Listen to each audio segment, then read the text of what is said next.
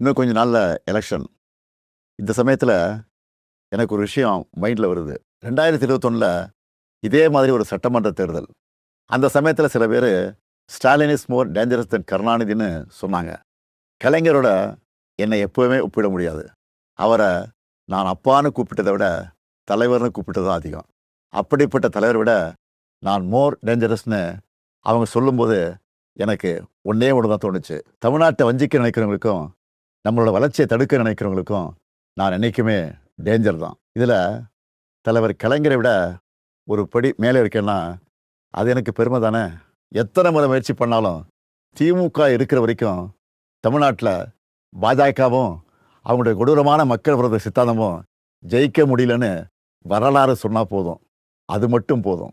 நம்ம உரிமைய, நம்ம உழைப்ப, நம்ம மக்களுடைய கலாச்சாரத்த, நம்ம மொழிய அழிக்கணும்னு நினைக்கிறவங்களோ, அவங்களோட அடிமைகளோ நமக்கு வேணாம்.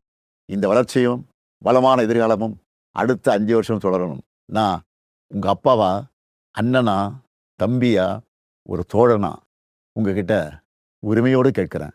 மீண்டும் இந்த நல்லாட்சி தொடர உதயசூரியன் சின்னத்திலும், எங்களது மதச்சார்பற்ற முற்போக்கு கூட்டணி கட்சியின் சின்னத்திலும் வாக்களித்து வெற்றி பெற செய்யுங்க. நன்றி. வெல்வோம் ஒன்றாக.